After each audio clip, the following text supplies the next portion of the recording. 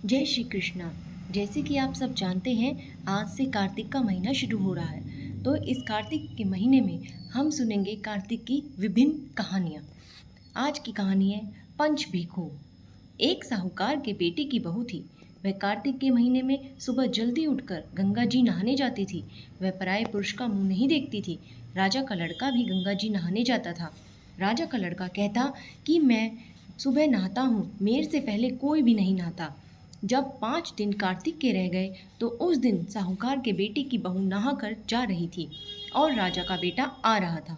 शोर सुनकर जल्दी से जाने लगी, जिससे अपनी मोती की माला वहीं पर भूल गई। तब राजा के बेटे ने वह मोती की माला देखी तो देखकर कहा कि यह माला किसकी है, जो इतनी सुंदर है तो पहनने वाली कितनी सुंदर होगी। बाद में सारी नगरी में ढिंढोरा पिटवा दिया कि जिसकी यह माला है वह मेरे पास 5 रात आएगी, तब मैं उसको यह माला दे दूंगा। और खुद वहाँ तोते का पिंजरा टांग कर बैठ गया। सुबह साहूकारनी की बहू आई तो पहले पेड़ी पर पांव रखा तो बोली कि अगर मेरे में सत है तो इसे नींद आ जाए। और भगवान ने उसका सत रख दिया और उसे नींद आ गई और वह नहाकर चली गई। राजा का बेटा उठकर बैठ गया और तोते से पूछा कि क्या वह आई थी। तो तोते ने कहा आई थी। तो वह कैसी थी। तब तोता बोला कि अप्सरा जैसी बिजली, होली जैसी झलकामड़ी, गुलाब जैसी रंग। राजकुमार ने कहा कि आज तो मैं उंगली चीर कर लेट जाऊंगा, फिर मुझे नींद नहीं आएगी। दूसरे दिन वह उंगली चीर कर बैठ गया। जब वह आई तो भगवान से प्रार्थना करने लगी, तो इतना कहते ही राजकुमार को नींद आ गई और वह नहाकर चली गई। तब उसने उठकर तोते से पूछा तो उसकी कई सारी बातें बता दी। तब राजकुमार बोला, मैं आंखों में मिर्च डालकर बैठूंगा, और रात को मिर्च डालकर बैठ गया। और वह आई और प्रार्थना करी, जिससे राजकुमार को नींद आ गई और वह नहाकर चली गई। तब राजकुमार ने तोते से पूछा, क्या वह आई थी। तो उसने कहा आई थी। फिर उसने कहा, आज तो बिना बिस्तरे के बैठूंगा, और वह रात को बिना बिस्तर के बैठ गया।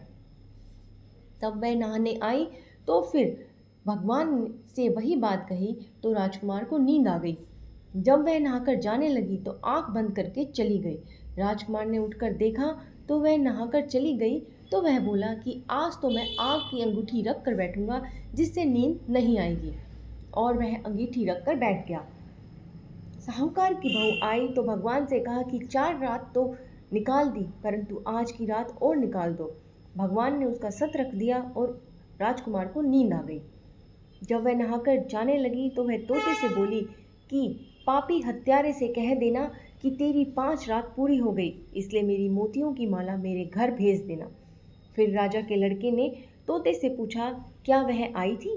तो तोते ने कहा कि हाँ, वह आई थी और उसने अपनी माला मंगवाई है।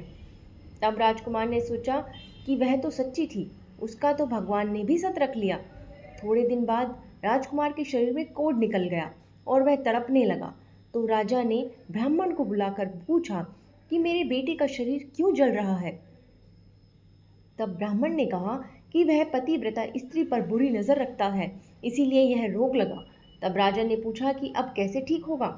तब ब्राह्मण ने कहा कि उस साहूकार की बहू को धर्म की बहन बना ले और उसके नहाए हुए जल से नहाए तो इसका कोढ़ ठीक हो जाएगा।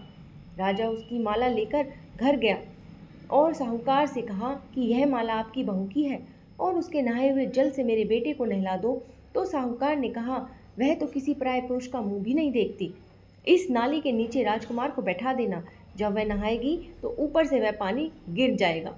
बाद में राजकुमार बैठ गया और नहाया तो उसकी चंदन जैसी काया हो गई। हे पंच भीखू देवता, जैसे साहूकार की बहू को सत रखा वैसा सबका रखना। कहते सुनते हुंकारे भरते अपने सारे परिवार का सत रखना। बोलो श्री कृष्ण भगवान की जय।